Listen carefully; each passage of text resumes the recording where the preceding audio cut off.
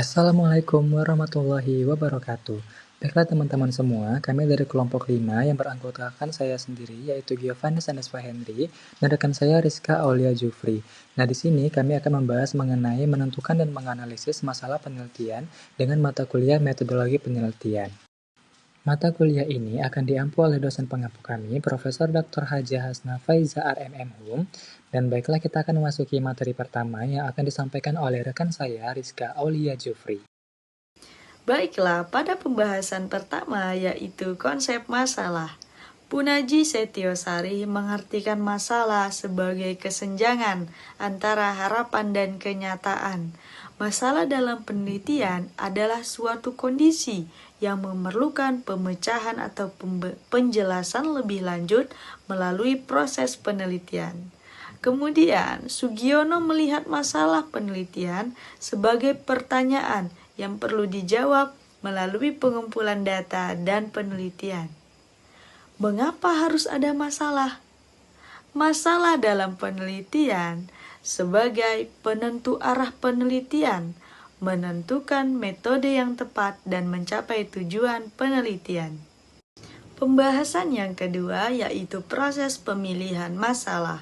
Pemilihan masalah dalam penelitian untuk mengarahkan dan membatasi ruang lingkup penelitian, merancang metodologi yang tepat, mengumpulkan data yang relevan, dan menganalisis hasil penelitian secara efektif. Pembahasan ketiga yaitu cara menentukan masalah penelitian. Yang pertama, identifikasi bidang penelitian. Yang kedua, gunakan metode pemikiran kreatif. Yang ketiga, identifikasi fenomena atau isu aktual. Dan yang keempat, yakni diskusi dengan dosen atau ahli. Pembahasan keempat yaitu menemukan sumber-sumber masalah penelitian. Yang pertama, literatur ilmiah, seperti jurnal buku dan laporan penelitian. Yang kedua, pengamatan laporan seperti observasi, wawancara, dan survei. Yang ketiga, pertemuan ilmiah seperti seminar, konferensi, dan lokakarya. Dan yang keempat, yakni pernyataan pihak berwenang seperti pernyataan dari ahli dan kebijakan pemerintah. Baiklah, selanjutnya di sini saya Giovanni Sanespa Henry akan menjelaskan materi mengenai menemukan masalah penelitian. Nah, teman-teman, masalah penelitian itu dapat kita temukan melalui pendekatan sistematis yang dimulai dengan mendefinisikan masalah secara jelas. Kemudian kita dapat mencari solusi dan alternatif solusi, dan dapat kita lanjutkan lagi dengan mengevaluasi solusi tersebut untuk memilih yang mana yang terbaik. Dan akhirnya kita dapat merumuskan pendekatan pemecahan masalah dalam proposal penelitian kita. Baiklah, selanjutnya ada materi mengenai pembatasan masalah melalui fokus masalah. Nah, untuk pembatasan masalah melalui fokus masalah penelitian, itu berarti kita menentukan batasan atau ruang lingkup penelitian agar lebih terarah dan tidak terlalu luas. Ini meliputi penentuan aspek, variabel, populasi, waktu, lokasi, metode, dan hal-hal yang sengaja tidak dibahas agar tujuan penelitian itu lebih jelas dan realistis untuk dicapai. Nah, untuk pembatasan ini juga membantu menjaga konsentrasi penelitian agar tetap fokus pada hal-hal yang penting dan relevan saja.